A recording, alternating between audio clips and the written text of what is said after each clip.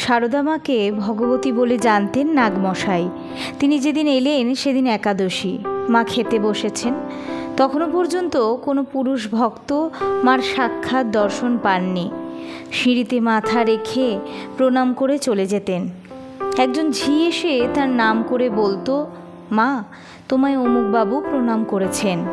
মা আশীর্বাদ জানাতেন। সেদিন ঝি এসে বলল, মা, নাগমশাইকে। তিনি প্রণাম করেছেন, কিন্তু মাথা এত জোরে জোরে ঠুকছেন মনে হয় রক্ত বেরোবে। যোগানন্দ মহারাজ পেছন থেকে কত বলছেন থামবার জন্য, কিন্তু কোনো কথা নেই, যেন হুঁশ নেই। পাগল নাকি মা?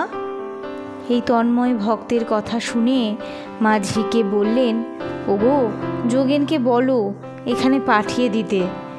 যোগানন্দ মহারাজ নিজেই ধরে ধরে মার কাছে নিয়ে এলে।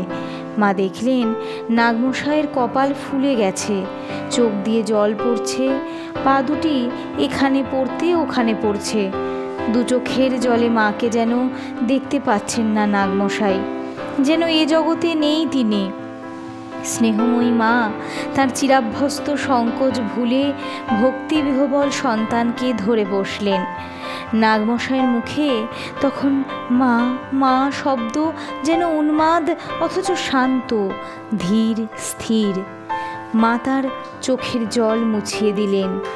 সামনে একাদশীর প্রসাদ, লুচি, মিষ্টি, ফল, তা থেকে কিছু কিছু নিজে মুখে দিয়ে স্বহস্তে নাগমশাইকে খাইয়ে দিতে লাগলেন। কিন্তু নাগমশাইয়ের মন তখন মোটেই বাইরের জগতে নেই। মুখে প্রসাদ তুলে দিলেও গিলতে পারলেন না, কেবল মা মা বলতে লাগলেন, আর মার পায়ে হাত দিয়ে বসে রইলেন। মাকে মেয়েরা বলল, মা, তোমার তো খাওয়া হলো না, মহারাজকে বলি একে সরিয়ে নিয়ে যেতে। মা বললেন, থাক থাক, একটু স্থির হয়ে নিক। কিছুক্ষণ পর মা তার গায়ে মাথায় হাত বুলিয়ে দিয়ে শ্রীরামকৃষ্ণ দেবের নাম করতে লাগলে তার হুঁশ ফিরল।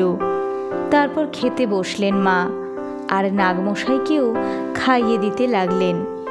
খাওয়া শেষ হলে নাগমশাইকে যখন নিচে নিয়ে যাওয়া হচ্ছে, তখন তিনি মাকে কেবলই বলছেন, নাহং নাহং, তুহু তুহু। যারা কাছে ছিলেন তাদের দিকে তাকিয়ে মা বললেন, দেখো কি বুদ্ধি। তার পূর্ণ বিশ্বাস ছিল এই ভক্তপ্রবর তার জন্য সব করতে পারতেন। মাতা ঠাকুরানীর শ্রীহস্ত থেকে প্রসাদ লাভের আনন্দে আত্মহারা নাগমশাই আরও বললেন, বাপের চেয়ে মা দয়াল, বাপের চেয়ে মা দয়াল। লিখছেন স্বামী গম্ভীরানন্দ। আলোর সন্ধানে, গল্পে গল্পে তত্ত্বকথা। ভিডিওটি ভালো লাগলে লাইক, কমেন্ট করে জানাবেন। শেয়ার করার অনুরোধ রইল সকলের সাথে।